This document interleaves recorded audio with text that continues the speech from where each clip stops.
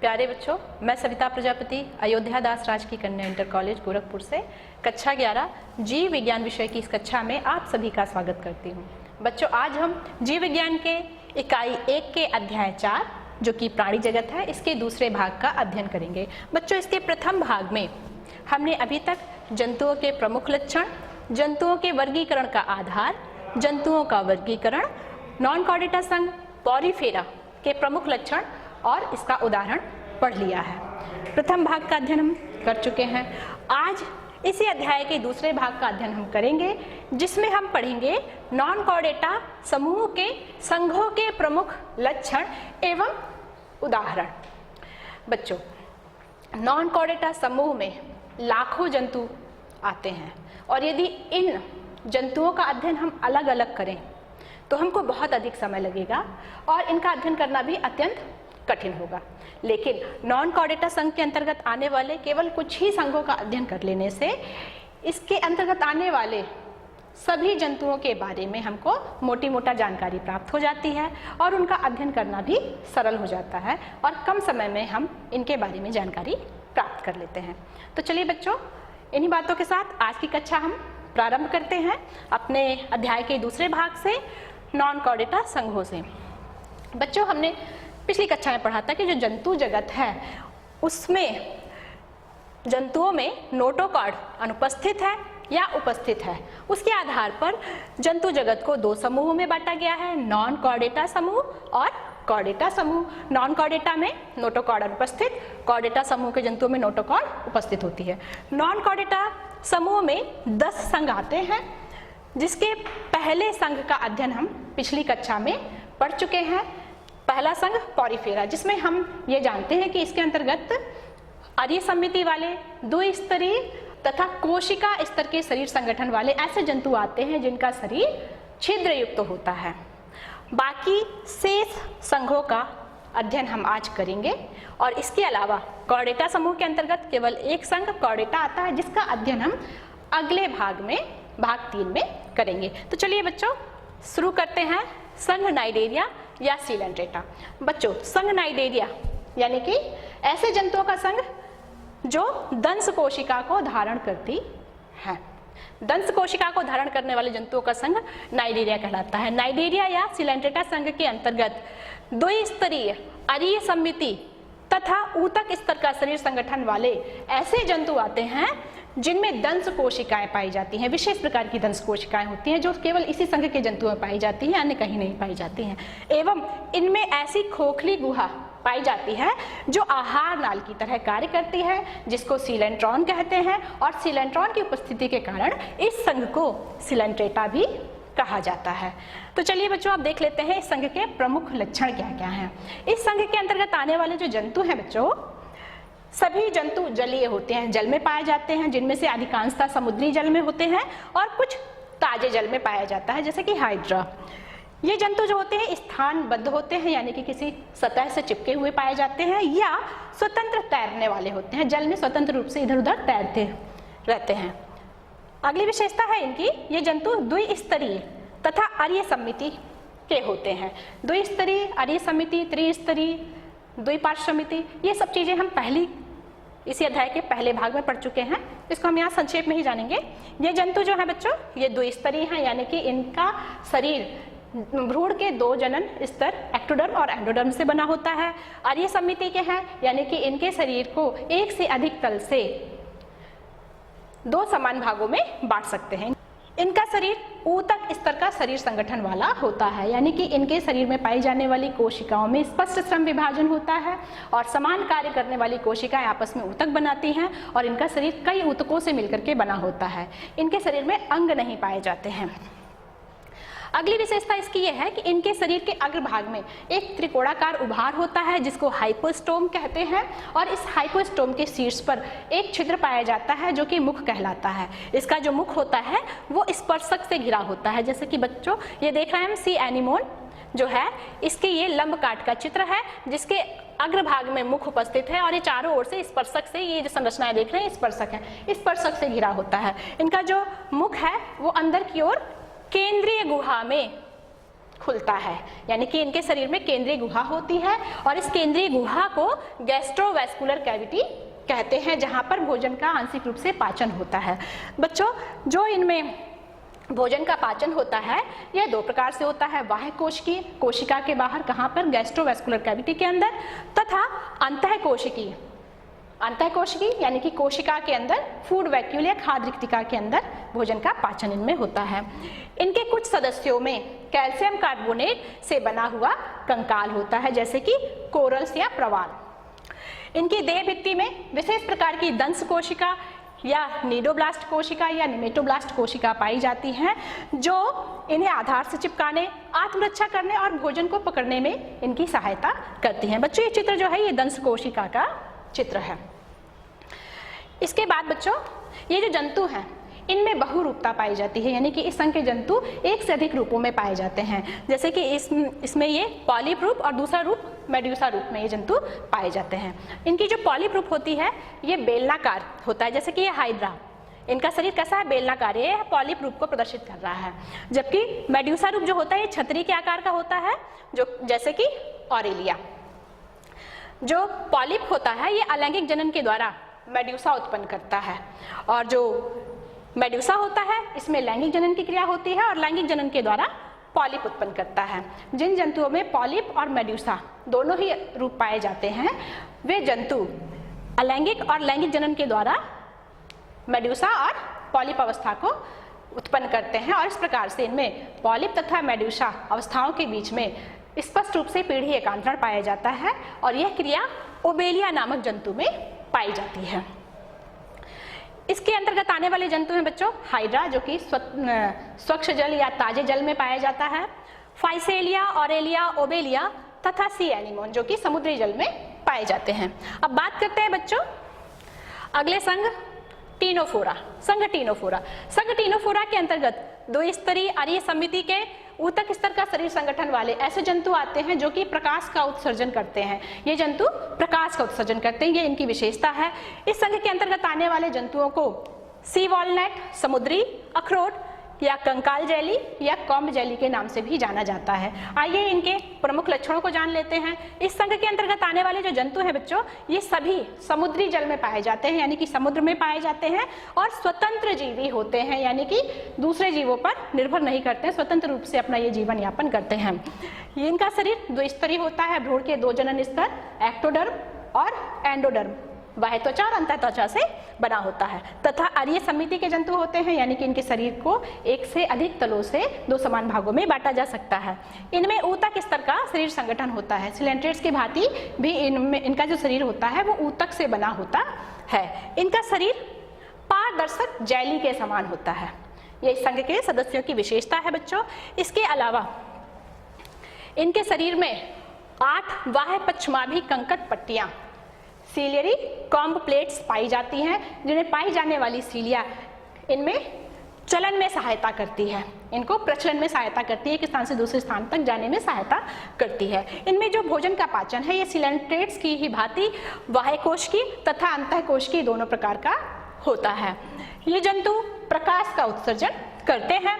ये जंतु उभयलिंगी होते हैं। उभयलिंगी यानी कि ऐसे जंतु जो कि शुक्राणु और अंडाणु दोनों का निर्माण करते हैं, उनको उभयलिंगी कहा जाता है। तो इसके अंतर्गत जो जंतु आते हैं वो उभयलिंगी होते हैं।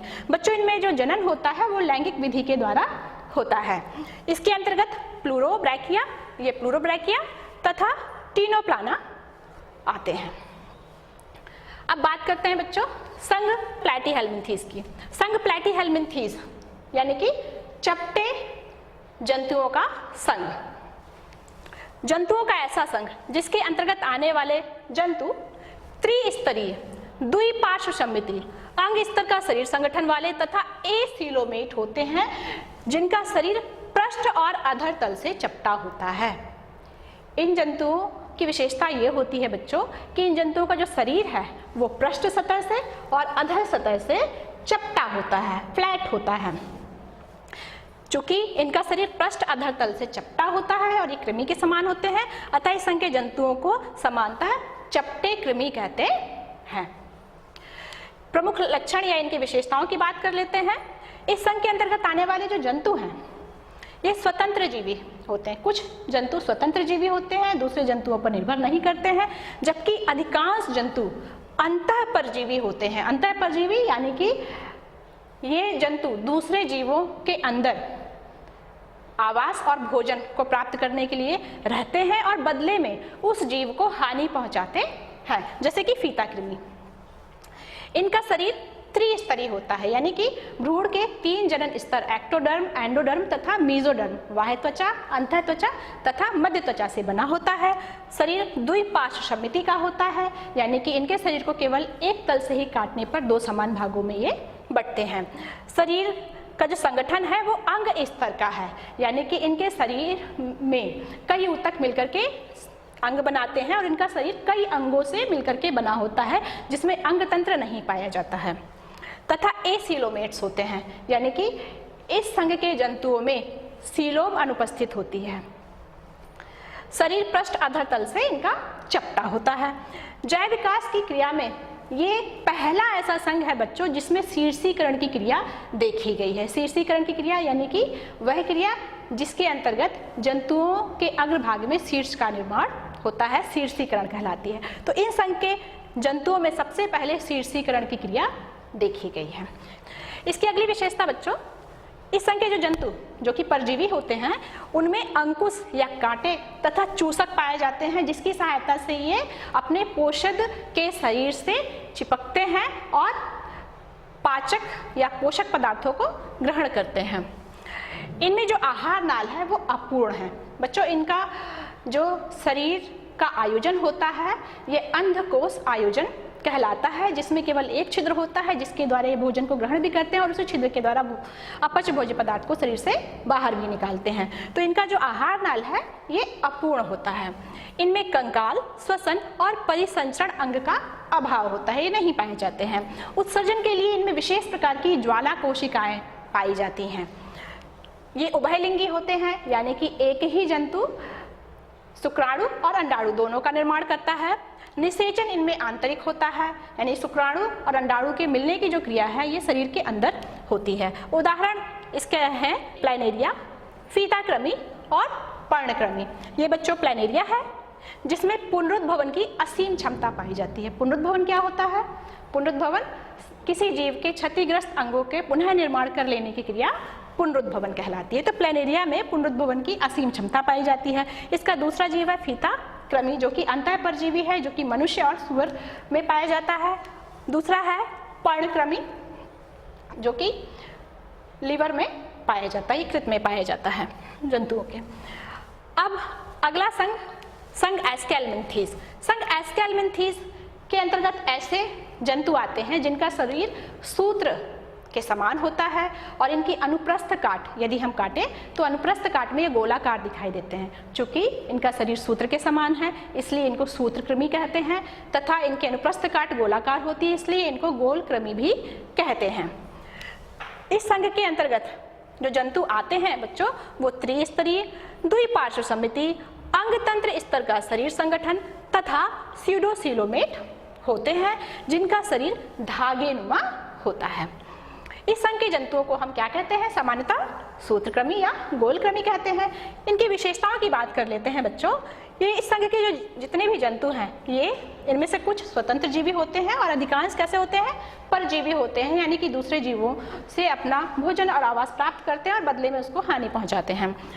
शरीर इनका त्रिस्तरीय होता है। भ्रूण के तीनों जनन स्तर बाह्य त्वचा, अंतः त्वचा और मध्य त्वचा से बना होता है एवं द्विपार्श्व सममित होते हैं, यानी कि इनके शरीर को केवल एक ही तल से 2 समान भागों में बांटा जा सकता है। इनका शरीर अंग तंत्र का स्तर का बना होता है, यानी कि इनके शरीर का निर्माण कई अंग तंत्रों के द्वारा बना होता है, जैसे पाचन तंत्र है, उत्सर्जन तंत्र है, इनके द्वारा इनका शरीर बना होता है। ये स्यूडोसीलोमेट्स होते हैं बच्चों। इनमें सीलोम उपस्थित होती है, देह गुहा तो उपस्थित होती है लेकिन वो वास्तविक देह गुहा नहीं होती है क्योंकि इनकी देह गुहा चारों ओर से मध्य त्वचा के द्वारा घिरी नहीं होती है। इनका शरीर पतला, लंबा, बेलनाकार तथा कृमि के समान है। जैसे कि हम यहाँ देख रहे हैं ये एस्केरिस है जो कि इस संघ के अंतर्गत आने वाला जंतु है। इनका शरीर कैसा है? पतला, लंबा, बेलनाकार है और कृमि के समान है और ये दोनों सिरों पर कैसे हैं? नुकीले होते हैं। इनके शरीर के ऊपर मोटा क्यूटिकल का आवरण पाया जाता है। इनमें आहार नाल जो होती है बच्चों पूर्ण होती है, जो शरीर के अग्रभाग में मुख के द्वारा तथा शरीर के पश्च भाग में गुदा के द्वारा शरीर से बाहर खुलती है। इनमें श्वसन तथा परिसंचरण तंत्र अनुपस्थित होता है। इनका उत्सर्जन तंत्र जो होता है बच्चों, ये प्रोटोनेफ्रीडिया का बना होता है। ये एक लिंगी होते हैं, यानी कि इसमें नर और मादा अलग अलग होते हैं। निषेचन आंतरिक होता है, शरीर के अंदर होता है।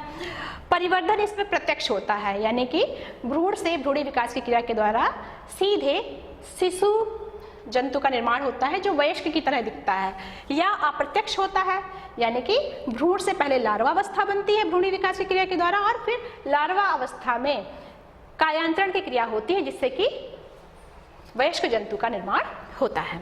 इनका जीवन चक्र जो होता है बच्चों जटिल होता है, कई लार्वा अवस्था के द्वारा होता है और कई पोषदों में पूरा होता है। उदाहरण इसके अंतर्गत बच्चों एस्केरिस तथा वाउचेरिया आता है। एस्केरिस मनुष्य में एस्केरियोसिस नामक रोग उत्पन्न करता है और वाउचेरिया जो है ये फाइलेरिया नामक रोग उत्पन्न करता है।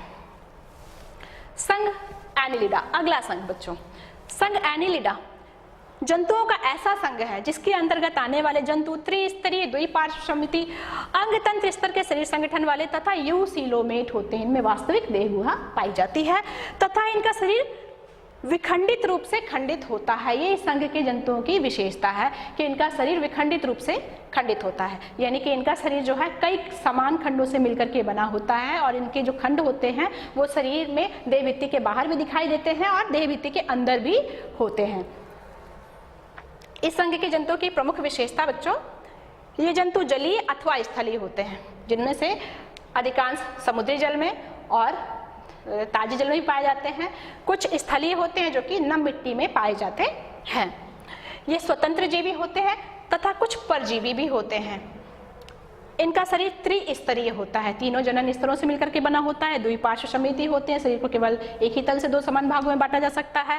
अंग तंत्र स्तर का शरीर संगठन होता है, इनका शरीर जो है कई अंग तंत्रों से मिलकर के बना होता है तथा यूसिलोमेट होते हैं, यानी कि ऐसे जंतु हैं जिनमें वास्तविक देह गुहा पाई जाती है जो चारों ओर से मेसोडर्म या मध्य त्वचा के द्वारा घिरी होती है। इनका शरीर विखंडित रूप से खंडित होता है, शरीर समान खंडों से बना होता है जो कि खंड बाहर भी होते हैं और अंदर की ओर भी होते हैं और जीवन के एक निश्चित आयु में बनते हैं और जीवन पर्यंत रहते हैं। इनके शरीर का जो आयोजन है बच्चों, एक नली के भीतर दूसरी नली वाला होता है। जैसे मान लीजिए बच्चों ये केचुआ है, अगर हम इस केचुए को इस तरह से बना दें तो ये देह भित्ति से घिरी हुई, ये देह भित्ति से घिरा हुआ एक नली है और इस नली के अंदर आहार नाल के रूप में दूसरी नली ये पाई जा रही है। अतः इनके शरीर का आयोजन जो है वह कैसा है, एक नली के भीतर दूसरी नली वाला होता है। अब बच्चों इनमें जो श्वसन है ये क्लोम के द्वारा या शरीर की सतह द्वारा होता है। जो जलीय जंतु होते हैं उनमें क्लोम के द्वारा श्वसन होता है। जो स्थलीय होते हैं, जो नम मिट्टी में पाए जाते हैं, इनकी त्वचा चिपचिपी और लसलसी होती है, नम होती है और वो शरीर की सतह द्वारा श्वसन करती है। परिसंचरण तंत्र इनमें उपस्थित होता है और ये परिसंचरण तंत्र इनका जो होता है ये बंद प्रकार का होता है, यानी कि इनमें रुधिर सदैव रुधिर वाहिनियों के अंदर प्रवाहित होता है। और इसके अलावा बच्चों इनका जो रुधिर होता है वो लाल रंग का होता है क्योंकि इसके रुधिर में हीमोग्लोबिन नामक रुधिर वर्णक पाया जाता है, जबकि इसमें लाल रुधिर कणिकाएं अनुपस्थित होती हैं। उत्सर्जन इनमें नेफ्रीडिया के द्वारा होता है, उत्सर्जन के लिए इनमें नेफ्रीडिया पाए जाते हैं। इनका जो तंत्रिका तंत्र है ये विकसित होता है जो कि एक तंत्रिका वलय तथा दो ठोस अधर तंत्रिका रज्जु से बना होता है। तंत्रिका रज्जु से बना है, ऐसी तंत्रिका रज्जु है जो कि ठोस है और शरीर के अधर तल पर स्थित होती है। ये एक लिंगी होते हैं जैसे कि नैरिस, एक लिंगी यानी कि इसमें नर और मादा अलग अलग होते हैं, या द्विलिंगी होते हैं यानी कि ऐसे जीव जिनमें एक ही जीव शुक्राणु और अंडाणु का निर्माण करते हैं जैसे कि केचुआ। इनमें जनन जो होता है लैंगिक विधि के द्वारा होता है। उदाहरण जैसे कि नैरिस ये समुद्र में पाया जाता है, केचुआ ये जो है नम मिट्टी में पाया जाता है। जोंक जो है बच्चों यह परजीवी होता है, इसके अंतर्गत आने वाला ऐसा जीव है जो कि परजीवी है। अब बात करते हैं बच्चों संघ आर्थ्रोपोडा। संघ आर्थ्रोपोडा जो है ये नॉन कॉर्डेटा या जंतु जगत का सबसे बड़ा संघ है, जिसके अंतर्गत आने वाले जंतु जो होते हैं ये त्रिस्तरीय, द्विपार्श्व सममिति, अंग तंत्र स्तर का शरीर संगठन वाले तथा यूसीलोमेट होते हैं। ये भी यूसीलोमेट हैं, जैसे कि एनिलिड्स थे।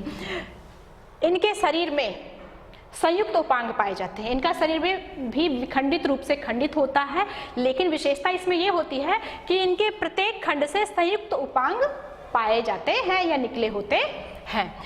आइए इसके अब प्रमुख लक्षणों की बात करते हैं। सबसे पहला लक्षण, इस संघ के अंतर्गत आने वाले जो जंतु होते हैं बच्चों, ये जल में भी पाए जाते हैं, थल में भी पाए जाते हैं और वायु में भी पाए जाते हैं।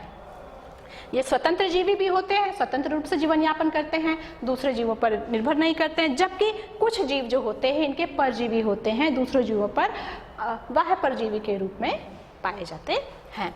ये त्रिस्तरीय होते हैं, इनका शरीर जो है त्रिस्तरीय है, भ्रूण के तीनों जनन स्तरों से बना होता है। द्विपार्श्व सममिति होते हैं, शरीर को किसी एक तल से दो समान भागों में बांटा जा सकता है। अंग तंत्र स्तर का इनमें शरीर संगठन होता है और वास्तविक देह गुहा उपस्थित होती है, जो कि पेजोडर्म के द्वारा चारों ओर से घिरी होती है।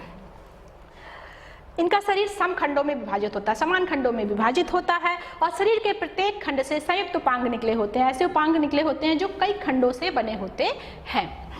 इनका शरीर सिर, वक्ष और उदर में विभाजित होता है। जैसे बच्चों हम लोग ये टिड्डी का चित्र देख रहे हैं, ये इसका सिर है, ये इसका वक्ष भाग है और ये इसका उदर भाग है। शरीर सिर, वक्ष और उदर में इनका विभाजित है। अगली विशेषता इसकी यह है कि इनका शरीर काइटिन से बने बाह्य कंकाल से घिरा होता है। इस संघ के अंतर्गत जो जंतु आते हैं उनका शरीर काइटिन से बने बाह्य कंकाल से घिरा होता है, जिसको ये समय समय पर अपने शरीर से बाहर निकाल देते हैं और उसके स्थान पर नया बाह्य कंकाल बना लेते हैं। शरीर से बाह्य कंकाल को उतारने की क्रिया को मोल्टिंग कहते हैं, जो इस संघ के जंतुओं में पाई जाती है। बच्चों, इनमें श्वसन क्लोम, ट्रैकिया या बुकलंग के द्वारा होता है। जो जलीय जंतु होते हैं इनके, वो क्लोम के द्वारा श्वसन करते हैं। इनमें परिसंचरण तंत्र जो होता है बच्चों रुधिर प्रकार का होता है, यानी कि रुधिर वाहिनियों में प्रवाहित ना हो करके बड़े बड़े शिरा पात्रों में रहता है और इसमें श्वसन वर्णक के रूप में हीमोसाइनिन पाया जाता है। इनका उत्सर्जन मैलपिघी नलिकाओं के द्वारा होता है, यानी कि उत्सर्जन की क्रिया मैलपिघी नलिकाओं द्वारा होती है। केंद्रीय तंत्रिका तंत्र इनका एनेलिडा संघ के जंतुओं के समान होता है, जिसमें एक तंत्रिका वलय तथा दोहरी तंत्रिका रज्जु उपस्थित होती है। इसकी जो दोहरी तंत्रिका रज्जु है बच्चों, यह ठोस होती है और शरीर के अधर तल पर स्थित होती है। संवेदी अंग के रूप में एक जोड़ी संयुक्त नेत्र इसमें पाए जाते हैं, जो कई नेत्रांशक या ओमिटिडिया से बने होते हैं। ये एक लिंगी होते हैं, यानी कि इनमें नर और मादा अलग अलग होते हैं। परिवर्धन प्रत्यक्ष होता है, यानी कि बिना लार्वावस्था के होता है, या अप्रत्यक्ष होता है, यानी कि लार्वावस्था के द्वारा होता है। उदाहरण में इसके अंतर्गत मधुमक्खी, रेशम का कीट, लाख का कीट, केकड़ा, झींगा मछली आदि आते हैं। अब बच्चों बात करते हैं अगले संघ मोलस्का की। मोलस्का जंतुओं का ऐसा संघ है जिसके अंतर्गत जितने भी जंतु आते हैं वो कोमल शरीर वाले होते हैं, यानी कि जंतुओं का ऐसा संघ जिसके अंतर्गत त्रिस्तरीय, द्विपार्श्व सममिति, अंग तंत्र स्तर का शरीर संगठन तथा यूसीलोमेट जंतु आते हैं, जिनका शरीर कोमल होता है। प्रमुख लक्षण और विशेषताओं की इनकी बात करते हैं बच्चों। इस संघ के जो जंतु हैं ये स्थलीय या जल में पाए जाते हैं, जिनमें से समुद्री जल में और अलवणीय जल में भी पाए जाते हैं। इनका शरीर त्रिस्तरीय होता है, भ्रूण के तीनों जनन स्तरों से मिलकर बना होता है। द्विपार्श्व सममिति होते हैं, लेकिन कुछ जंतु जो हैं उनका शरीर में ऐंठन की क्रिया पाई जाती है, जिससे कि ये असम्मित हो जाते हैं। अंग तंत्र स्तर का इनका शरीर संगठन होता है और वास्तविक देह गुहा उपस्थित होती है। शरीर खंड विहीन होता है, इनके शरीर में खंड नहीं पाए जाते हैं बच्चों, और इनका शरीर कोमल होता है, इतना अधिक कोमल होता है कि उसको सुरक्षा प्रदान करने के लिए इसके शरीर के ऊपर कठोर कैल्शियम का कवच पाया जाता है। इनका जो शरीर है बच्चों, सिर, पेशीपाद, विसरल अंग तथा मेंटल में विभाजित होता है। इसकी देह भित्ति को मेंटल कहते हैं। सिर पर संवेदी स्पर्शक पाए जाते हैं जो कि संवेदनाओं को ग्रहण करते हैं। इनके मुख में बच्चों विशेष प्रकार का रेडुला नामक अंग पाया जाता है, जो कि भोजन को घिसने का या चबाने का कार्य करता है। इनमें श्वसन क्लोम या टिनिडिया के द्वारा होता है। इनका जो परिसंचरण तंत्र जो है बच्चों ये खुला प्रकार का होता है। श्वसन वर्णक के रूप में इसमें भी हीमोसाइनिन पाया जाता है। उत्सर्जन के लिए इसमें मेटानेफ्रिडिया पाए जाते हैं, यानी कि उत्सर्जन तंत्र इनमें विकसित होता है और मेटानेफ्रिडिया पाए जाते हैं। ये जंतु एक लिंगी होते हैं, यानी कि नर और मादा अलग अलग होते हैं। निषेचन आंतरिक होता है, शरीर के अंदर होता है। उदाहरण के लिए इसके अंतर्गत घोंगा, सीपिया, लोलिगो, ऑक्टोपस आदि जंतु आते हैं।